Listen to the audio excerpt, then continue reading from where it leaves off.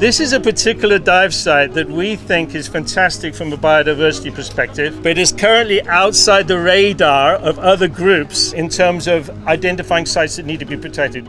It's Saturday in the water surrounding Hong Kong's Basalt Island, where a group of students from the Li Po Chun United World College are being prepped for a full day of underwater research. Today we're doing some citizen science, so we're collecting biodiversity data of marine ecosystems. As you're diving along with your buddy teams, you're going to be making a note of what you see as best as you can. Local nonprofit Living Seas Hong Kong set up the excursion for the school's coral monitoring group, a decades-old program that teacher Craig Hamilton says has evolved in recent years. It's developed a lot further into more coastal sustainability practices such as oyster restoration and mangrove restoration as well. Today, the focus is on marine life identification in support of a Living Seas Hong Kong project that aims to create more marine protected areas.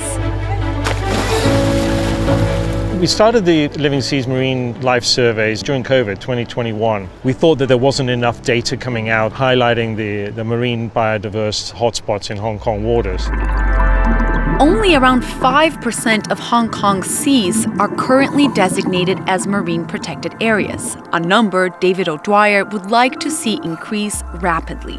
Hong Kong is a signatory on the Convention on Biodiversity, which has set a target of 30% of seas by 2030. So there actually still needs to be more. And marine protected areas are important because the seas here are a fantastic resource, but it's under threat and it's been under a lot of stress for many years. Too much fishing's been going on, too much damaging things happening in the environment. With the support of Living Seas personnel, once underwater, the students do the best they can to identify various marine life. I think data collection is definitely a vigorous source, and for us, if we want to increase protection, we need to show proof that it is necessary here. Anyway, if you've got some photos. When they return from a dive, each team discusses what they saw, reviews any notes made on their underwater slates, and record it all on identification sheets. So we'll see if you recognize. If you don't, we can have a look at the photos. A recent typhoon has made today's survey particularly challenging compared to the last time they were here. Today, the visibility wasn't that great, so we couldn't catch everything. This time, we didn't find as much, but we found really cool things.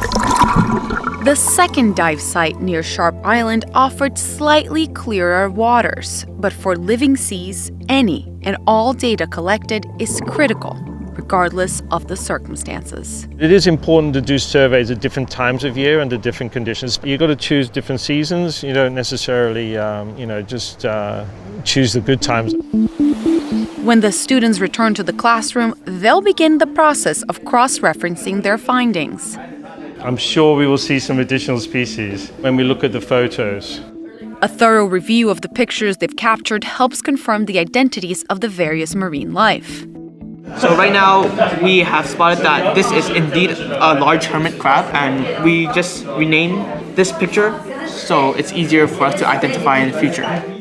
Once validated, the information they've gathered will be added to the Living Seas database, which will ultimately be used in future efforts to establish new marine protected areas.